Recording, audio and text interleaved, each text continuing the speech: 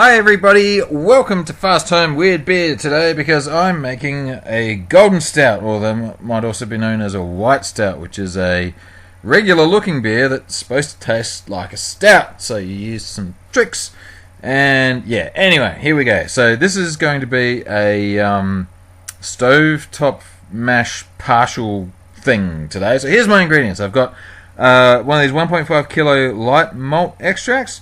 In there is some toasted oats, and that is 1.75 kilograms of pilsner and 1.1 kilograms of munich. And I've got cacao nibs, thank you for teaching me how to pronounce that, and coffee pods. But the oats, there's 400 grams of these, and I toasted them, and it fit onto one tray, but then it didn't, so I put it into two trays and into the oven at, I think, 170 degrees, I don't remember exactly, for looks like half an hour, which turned out to be a lot. But anyway, that's the story for another day. Now I'm making some ice blocks because they'll come in handy tomorrow as well. So this is my preparation the night before, and that's how I ended up with toasted malt right there. So here they come out of the oven. Oop, bit steamy, and I guess I put these into these paper bags. Yep, this is me inventing a way to transfer things as you go by folding up the corners here. Learning by doing here at Fast Home Brew. So those are the oats going into the paper bag for overnight for tomorrow. Okay, that's enough of that. Let's fast forward to the next day. Or return to the previous current, I don't know, back to the whatever. This water, I reckon it's 9 or 10 litres worth is, no, it's probably 12 litres. 12 litres of water, now up to 60, whatever. I'm mashing it at a temperature that I forgot. and that's all the grains going in. And so I'll put this in the oven, which has been set to just like the lowest setting. And now I'm turning it off. And that's going to go in there for an hour to mash, until I remember that I forget to put the oats in. So out it comes. And in go the oats. There they are. My happy little bags from earlier. Those are going in. And so now this will return to the oven a couple of minutes later. So that's going to mash for an hour. And let's see what I do next. Right. Oh, and there's no lid on that. Do not put the lid on if you're doing an oven mash. Ah, Lego! We're making a Lego train. Isn't Lego fun? Jonah's got this one for his birthday. It's one of those kits that comes with a lot of different bits, and then they've got some suggested things. So we are proudly building a Lego carriage for our Lego train that we built last weekend. Put them together. Wackadoo, what a great little toy. Whoops, something pinged off there by the looks of it. That's the smoke. There we go. Good job, Jonah. Alright. Okay, that was a good way to pass an hour. Out comes the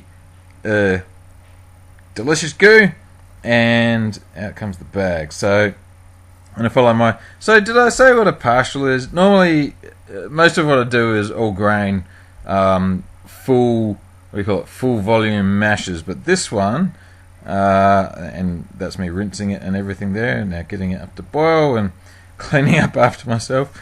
This one, a lot of the fermentable is going to come from that malt extract that you saw earlier. So it's only a small mash, and this is going to be a smaller batch than I usually do as well.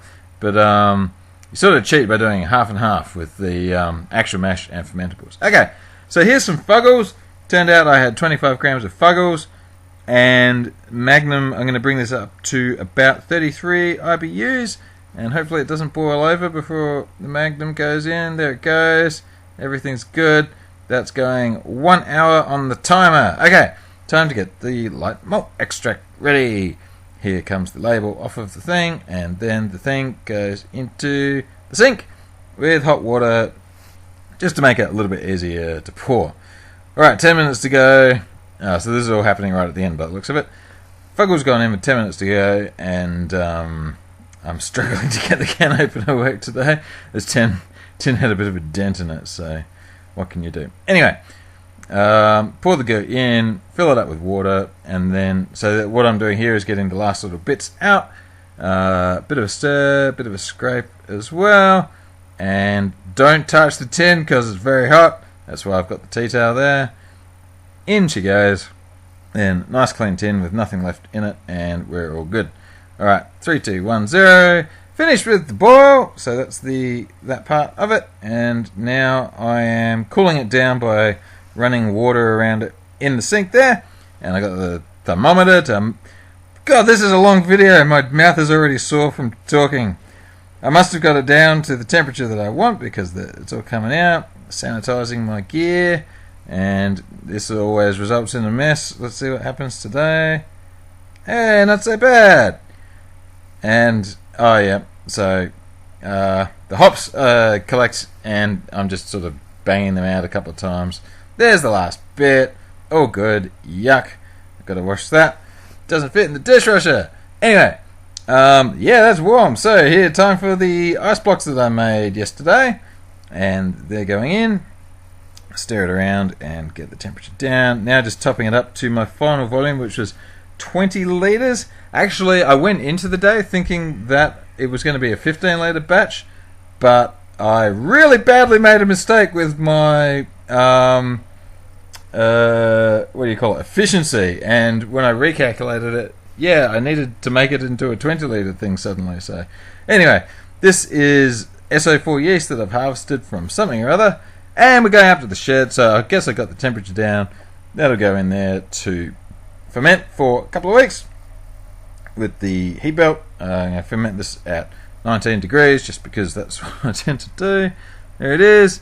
Alright, so I'll see you in a little while because we're not done making you into a stout yet. I've got all the oat flavour in there, but now it's time for the cacao nibs and some coffee. And those are just Nespresso pods that I'm going to use. These guys are going to get roasted because that time that I didn't roast them, they killed my porter, which I'm still sad about, but that's fine. One day I'll get over it. And so 20 minutes at whatever that is roasting at. I guess it's 170. I have no idea.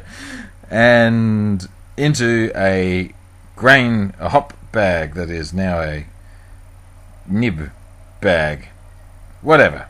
Anyway, here I am making a small mess as I try to get these into the thing. And they sizzle when they go in because they come out hot, and then it sizzles again when you plop it into the fermenter. It's quite interesting. So this is my broken Nespresso machine. You have to whip the mug out of the way just before the capsule plops down like that, otherwise you end up with a capsule in your coffee. But yeah, this is going 2 shots of coffee into the thing and the nibs. So fermentation's finished. This is a couple of weeks down the track. Oh, it's probably 10 days down the track, and just a little bit before bottling, and in they go. I'll keep track of the flavour by having small sips because the nibs will add a lot of flavour to it. But that's going to finish off, and we're all done. Finally. Man, I've been talking for a long time. Anyway, this is an experiment. Thanks for watching. I hope that I sort of stole the recipe from Brewlosophy. I should have mentioned that at the start, so thanks for that. Anyway, I'm done. See ya. Bye.